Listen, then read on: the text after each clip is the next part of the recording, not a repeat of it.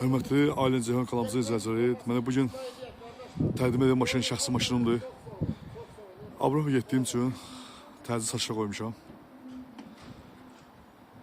Maşın təmiz zavodskoy maşın. Təmiz zavod maşındır bu. Bez detal. 24'ü. Cəmi 5000 manata. Aksaqqal deyir ki, maşın zavoddur. Bez problem sürülən avtomobil.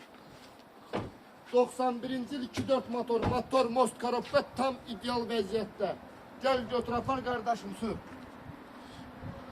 Ünvan bir daha deyirəm, Razintal Tuskasının yanı, Şəhərlər Şadıq Sarayın arxası. Kobaltı marafonunlar. 2024, taksi bırakışı var, gaz balonu var. 160 bin. Təmiz dəri salon. Cəmisi 74 bin. Maşının konkret sürülməyib. Bu maşın olub, Polad bir onda olub. Saxlayıb, qarajda saxlanıb.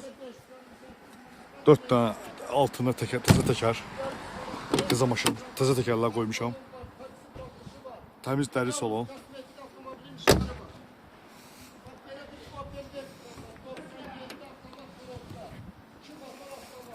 Maşında da söhbət yoxdur da, maşın superdir. Çok güzel maşın konkreten.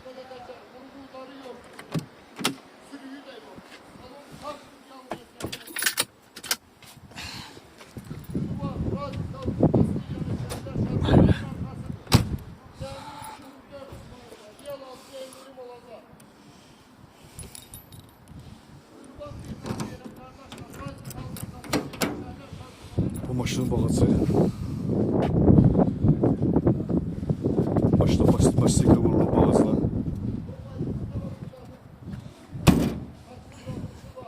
Gaz balonu var, 18'lik gaz balonu.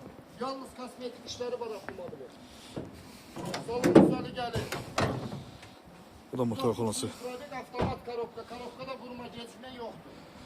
Maşın təmiz zavodskoy maşın, bezetal. Maşın təzə kraskalanıb. Maşın super maşın konkreten. İndidən deyirəm 5000 manata deyilir. Avropa getdiyimiz təzə satılır. Alan adamın Allah xeyrini versin.